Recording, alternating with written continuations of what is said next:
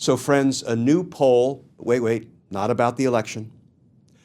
A new poll indicates that a significant majority of the American people believe that the criminal prosecutions of Donald Trump should continue whether he wins or loses the election. Let's talk about that, because justice matters.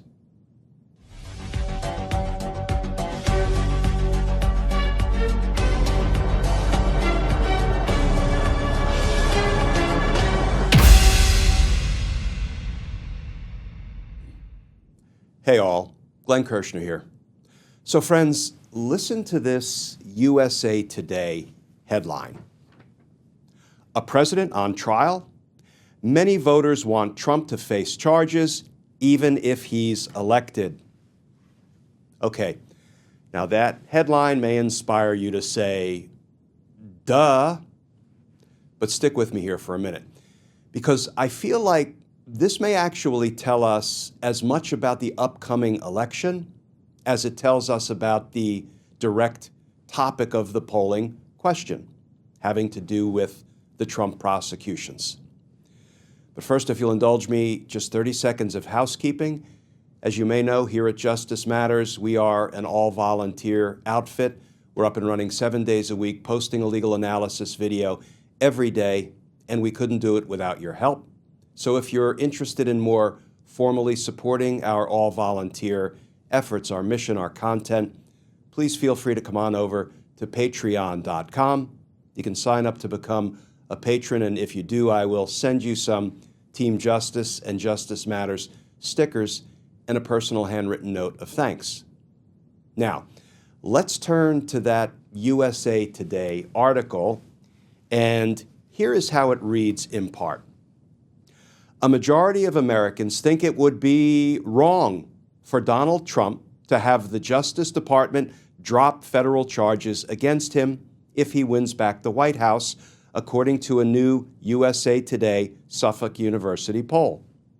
Legal observers say there's no chance a Trump Justice Department would continue the 2 federal cases he has asked judges to dismiss as a witch hunt led by a prosecutor he calls deranged, but nearly 58% of likely voters who responded to the poll said it would be wrong for Trump to direct the department to drop the charges, compared to 30% saying it would be the right thing to do. Nearly 1 in 10 were undecided. Not sure how you can be undecided on whether it would be appropriate for someone to act as the prosecutor, judge, and jury in his own criminal cases and just direct that they be dismissed, tossed out. It's kind of not the way it works. I don't get to dismiss my own criminal cases. Fortunately, I haven't had any brought against me, only those that I prosecuted. You don't get to dismiss your criminal cases, and hopefully you haven't had any brought against you. But undecided on that question? Really? Yes, all my editorial edition. The article continues. A similar majority, 56%, said federal and state prosecutors should continue to pursue charges against Trump if he loses to Vice President Kamala Harris on November 5, compared to 38% opposed, according to the poll. Nearly 5% were undecided on that question. The poll of 1,000 likely voters taken by landline and cell phone, October 14 through 18, has a margin of error of plus or minus 3.1 percentage points. So friends, 56 to 58% of the American voters think Donald Trump should be prosecuted for his crimes regardless of the election results. And apparently about 30 to 38% of the voters say, no, it's perfectly fine for him to dismiss his own criminal cases. Well, I have an opinion about this poll. And yes, let me acknowledge the saying. I'm going to use the polite version. Opinions are kind of like, elbows. Everybody's got a couple, and they're usually of no use to anybody else. Still, I think these polling numbers, 56 to 58% in favor of Trump being held accountable for his crimes, 30 to 38% saying they don't care, he should get to be a judge in his own case and just toss out his criminal prosecutions. I think those numbers may end up corresponding pretty closely to the numbers we see on Election Day. You know, friends, in my opinion, Joe Biden was not a particularly compelling campaigner. He was one hell of a president. He governed extraordinarily well. He pulled our national butt out of the fire after Donald Trump, lit that dumpster fire, hoping that America would burn in the process. Joe Biden governed us out of that, Trump-created hellscape. But I don't think Joe Biden is the most compelling campaigner. Kamala Harris, she is a compelling campaigner. You've seen the rallies, you've seen the crowds, you've seen the enthusiasm. And I also think she will govern extraordinarily well, as well, if not better, than Joe Biden. And Joe Biden won the last election by 7 million votes. In my opinion, Kamala Harris could end up winning this election by 10 million votes or more. And yes, I know it's all about the battleground states, but we're going to win those battles as well. And I think these poll numbers about how the American voters are feeling about Donald Trump being held accountable for his crimes, 56, 58%. On the accountability side, 30 to 38% who say, let him dismiss his own cases. Give him a pass for all of the crimes he committed against the people of the United States.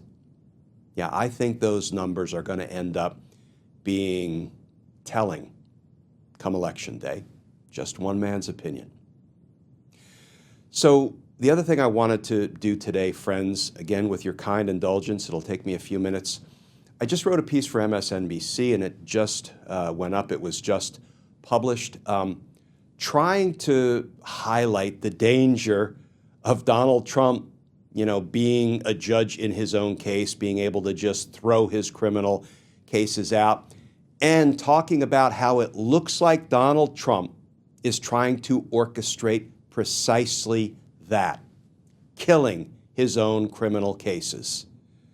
So what I'd like to do is, as quickly as I can, kind of read that new MSNBC piece for you while you read along. If you're tired of having me prattle on already, you can just go to the description of this video and click on the link. I've got my new article linked there. But here is how I see Donald Trump's current maneuvers to try to kill his own criminal cases. Trump's promise to fire Jack Smith is a final warning. The former president is proudly and enthusiastically corrupt to his core. Donald Trump told a conservative radio host Thursday that, if elected, he would fire special counsel Jack Smith within 2 seconds. It's hard to hear this without recalling how another Republican president, Richard Nixon, tried this same maneuver as a last-ditch attempt to avoid having to comply with a special prosecutor's subpoena for what turned out to be incriminating audio tapes. Nixon's directive to fire then Special Prosecutor Archibald Cox led to the Saturday Night Massacre, when Nixon's Attorney General and Deputy Attorney General resigned rather than carry out Nixon's order. But Trump may have come up with a plan to avoid the messy Nixon-era optics of multiple resignations. In November 2022, Attorney General Merrick Garland appointed Smith as special counsel and authorized him to conduct 2 investigations.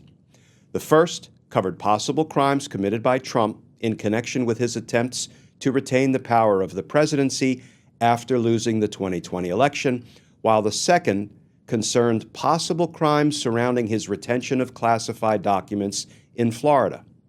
As a result of this appointment, Smith indicted Trump on 4 counts for crimes allegedly committed on and around January 6, 2021, and 40 counts in the classified documents case.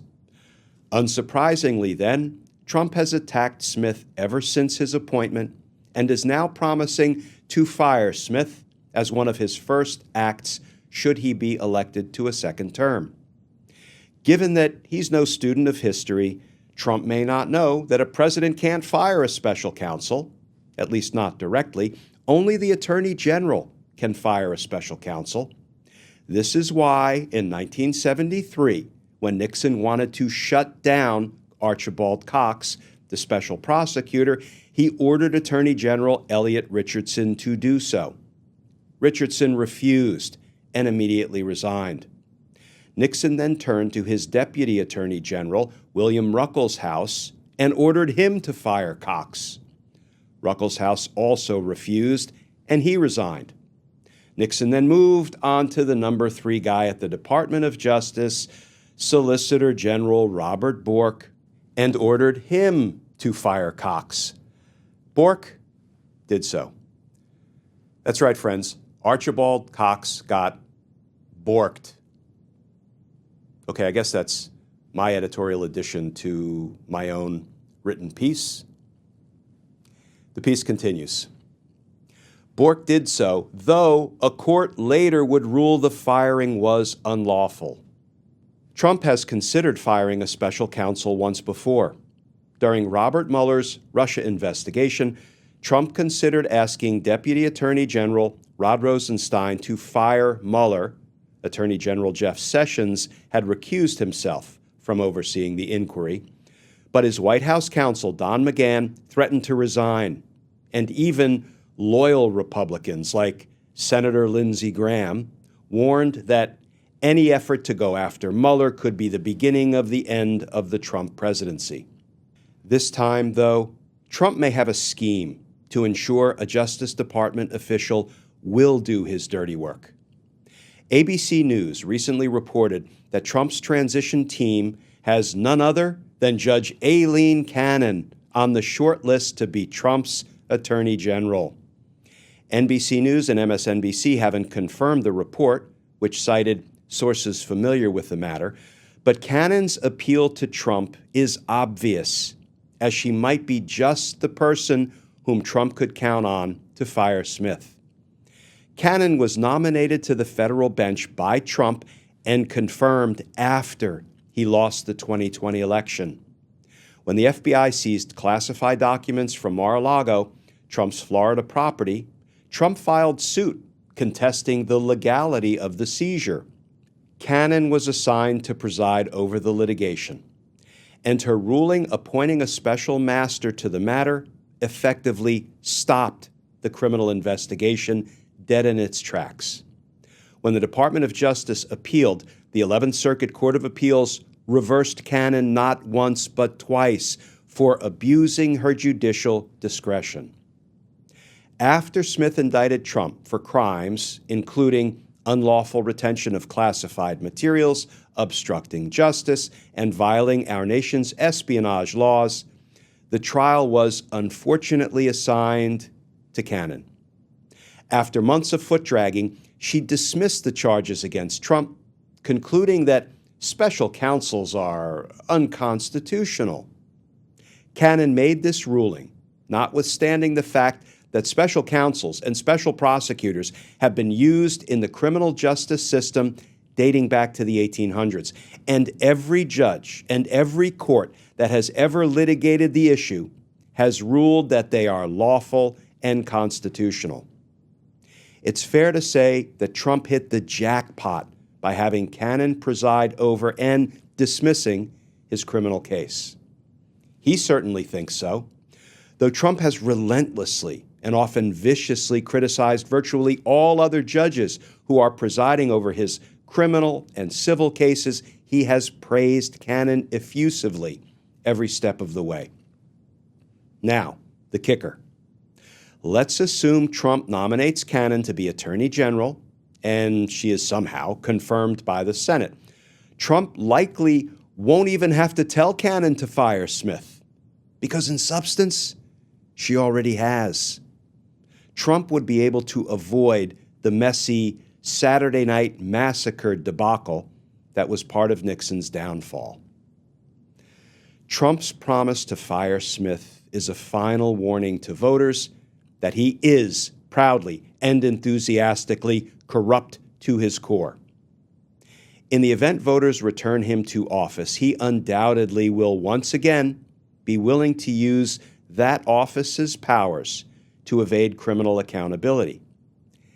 And given that the Supreme Court's immunity ruling has given Trump a blueprint for how to continue to evade criminal accountability, it's not hyperbole to conclude that in the upcoming election, the health of American democracy is on the line. Now, friends, I know I don't need to tell you that the health, indeed, I would say the very viability of American democracy is on the line. And that's why we are getting out in numbers too big to rig and too real to steal. We will not give our democracy over to this abject criminal who is determined to dismiss his own prosecutions. No, we're not going to let that happen. Because justice matters. Friends, thank you for indulging me through that. Please stay safe, please stay tuned, and I look forward to talking with you all again tomorrow.